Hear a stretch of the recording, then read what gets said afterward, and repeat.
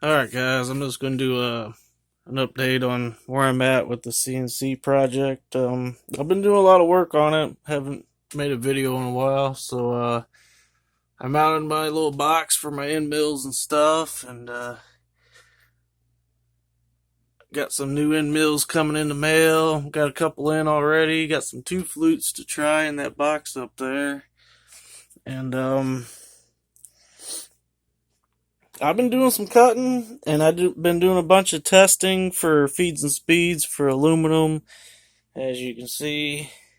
And I did a bunch of upgrades coming for this. I already upgraded to just straight up flood coolant, and I got rid of the mister. But I also got an air adapter, so if I wanted to, I can have only air. But I'll probably not use air. I'll probably just always use flood coolant. And to do that, I got a flashlight just so.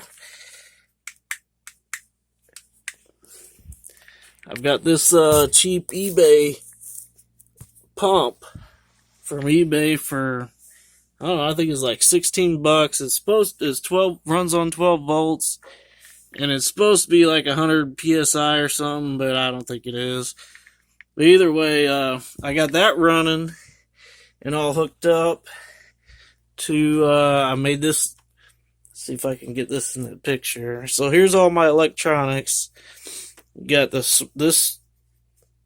switch is for the flood coolant, and then this knob here is adjust the flood coolant voltage. I've got a buck converter inside of there and hooked to a potentiometer, and that's how you adjust the pressure of that pump, cheap eBay pump. And that's just running off an old computer power supply. And then and I guess you've all seen all that, but this is my homemade Arduino control board. That's just temporary until I get to where I will, just to get it up and going and stuff. And that's what I've been using this whole time. But later on, when I get the fourth and fifth axis in, then I'll switch to a different control board. So I finally pried there's a thing connecting these two breakers, and I pried it off. This piece right here. And so now I can flip them separately. So the left breaker powers the spindle, what is it, VFD, or variable frequency drive, yeah. And also I hardwired the spindle coolant pump straight in to the same breaker, so I don't forget to put the coolant on for the spindle.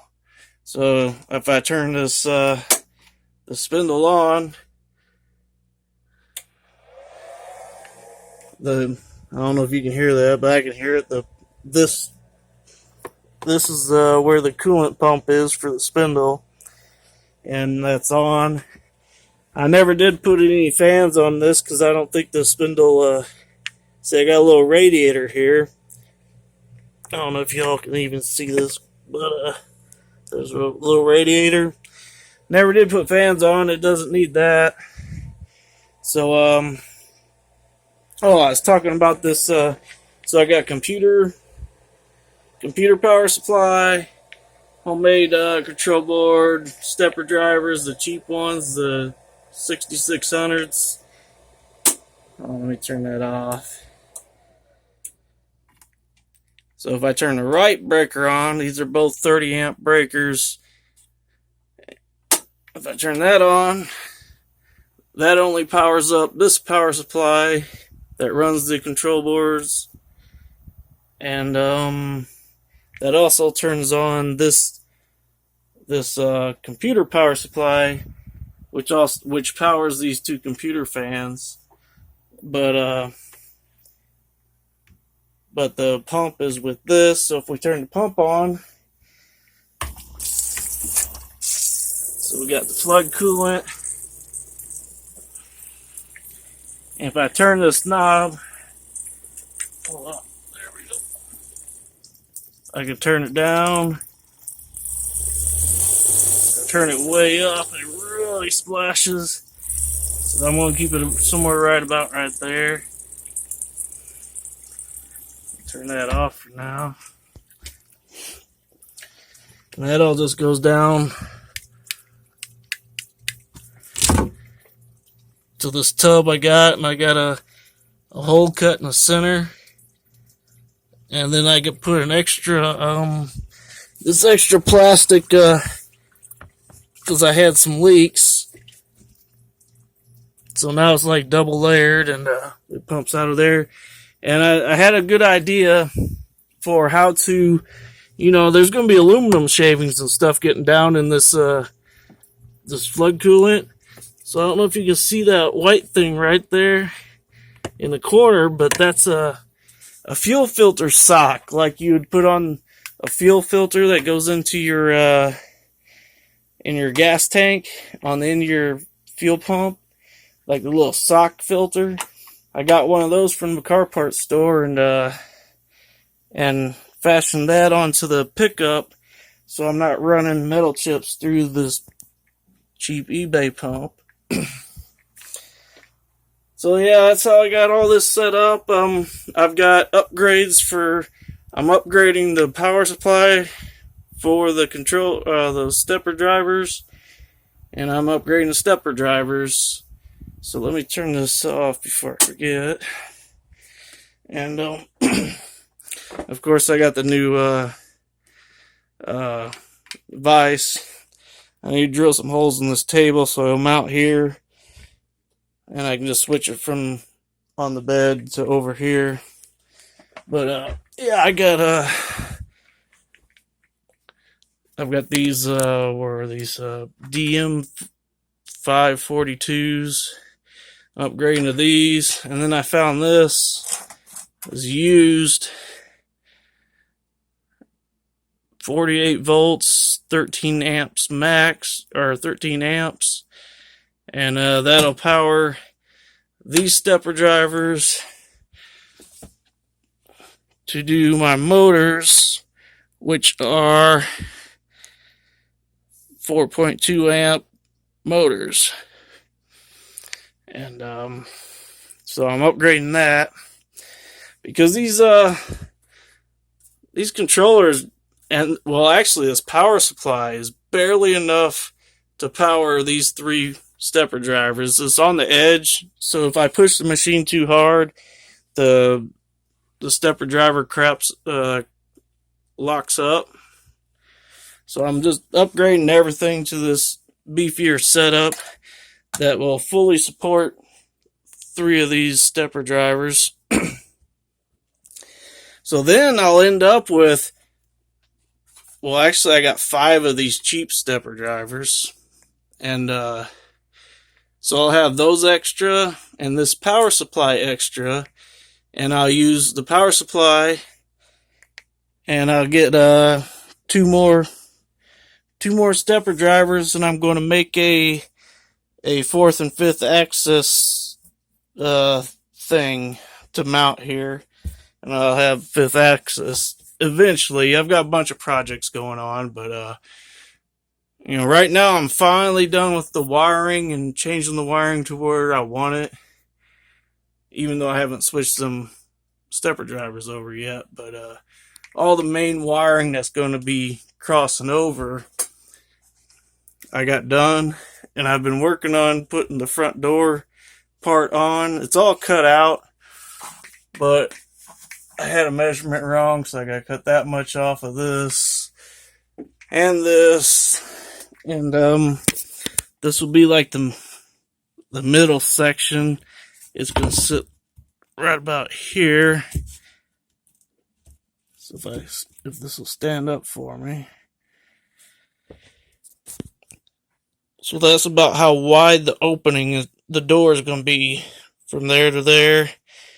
And then I got an exact copy of this board that goes on the top part in between this thin one. Thin one will be on the left, and this thicker one will be on the right.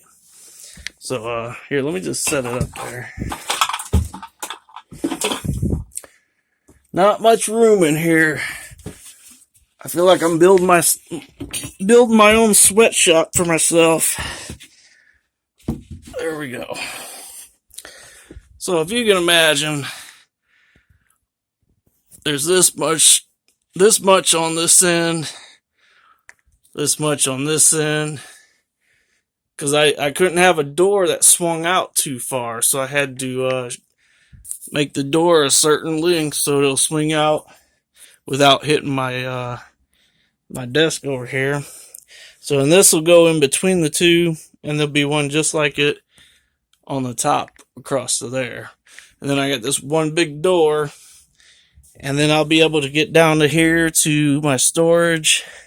I'll be able to get into everything, because I mean, that's lining up with the edge. I'll be able to get in here and do anything I want with a door that size. And I'm just going to have the two webcams.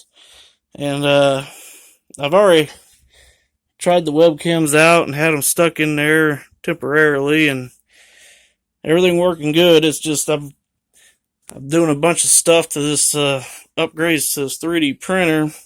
I built this this 2-heater size deck. I don't know if you can see that it's double long. It's just a regular heater, and then another one and a big piece of glass. And I custom made the rail system for it. And then I got a linear, I think these were 12 millimeter linear bearing blocks set up for the base. But I'm doing a bunch of stuff to these the side rails and stuff. But once that's done, then I can 3D print the brackets and stuff for the webcams to get that set up going. So yeah, I got a lot going on. Oh, and to be able to run both of these heat beds, and I'll probably end up having a second stepper, because I'll have dual nozzle or dual hot ends eventually. I'm gonna make a double one. So I converted it over to running off of this 1200 watt server power supply. I don't know if you can see that, 1200 watts to run my board and all these heaters. I'm going to have to make a circuit to drive the second one using a microcontroller, but that ain't a big deal. But for right now, I'm just using this half on, but it's been having some problems, so I got to part again. So yeah, I mean, I got a lot to do yet, but oh, here's some of that testing I was talking about. So yeah, I got rid of this mister setup and went to the flood cooling. Here's some of my test stuff. I've been testing the speeds and feeds. Like I had a 3/8 inch 4 flute. These three were 200 and 400 millimeters a minute, and they're all pretty well perfect. This one up here was 1,000 millimeters a minute, and I mean, there's nothing horribly wrong with it, but it's definitely not a finish pass. But yeah, I've been doing some testing and that, and I messed up the tool path on this, but I've been making a bunch of squares to use my, measuring tools. And this is the last one I did. Now this one I used an 1/8 inch. I used an 1/8 inch 4 flute. And I did just a square and a circle at 1/4 inch just to see where they'd come out. The circle, I don't know if it shows up on camera, but it's not like a perfect circle. It's like, I don't know what you call that, pixelated. And it came up under by like 9 thousandths. But the square, The square came out, I think it was 3/4 of a thousandth under. So it's, you know, it's within a thousandth. So that's pretty good. I just wanted to see where my machine was at. Now this was using a bigger, well, this one don't really count because this one was like under by 9 or 10 thousandths. This one don't count because the I think I have a problem with that size collet. It has vibration in it, so it's obviously not holding the tool true. So I switched to the collet with the smaller bit, and all that vibration stuff went away. So I might have a problem with that collet. So yeah, I guess I've told you all everything that's going on, give you an update of what's going on.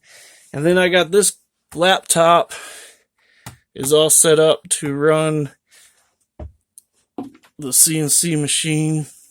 I just plug it in right here and I run it off of that, which has no internet connection, nothing can mess with it. And then and it just stays plugged in, it's not running off batteries. And then this computer here, I swapped out a bigger screen in here, this 32-inch. I did have a smaller computer screen. So this is going to get the two webcam feeds. So there's no issue with video feeds messing with the signal going to the CNC machine. So yeah, I don't want any interference. I don't want it cutting out in the middle of a cut or anything elaborate. I've got this big job coming up. I guess this video's long enough. I won't get into that job coming up. But yeah, this is an update. I've been working on how to organize this damn room. I think once I get this face and door on the CNC machine, that's the main thing. Like this whole corner, I got some of this stuff and I want to get some more. I need to organize this whole corner into a nice tool spot or something. I mean, all these drawers are filled with stuff already, and so I got a little bit of space to work with. So I've got to really work hard at organizing. See, this air compressor was underneath the CNC machine under there. So now that I'm not really going to use air because I'm not using a mister, now I've got a bunch of extra storage room under there, and I pulled this out so it's portable. So I just use it to blow chips off of stuff now. But yeah, this is one of them super quiet or ultra quiet California compressors. Works really good. It's pretty quiet. So yeah, I'm gonna build some shelves or something for this that I pulled out of the garbage. It's becoming my new little workbench table. So yeah, that's an update on all these crazy projects I got going on. All right, later.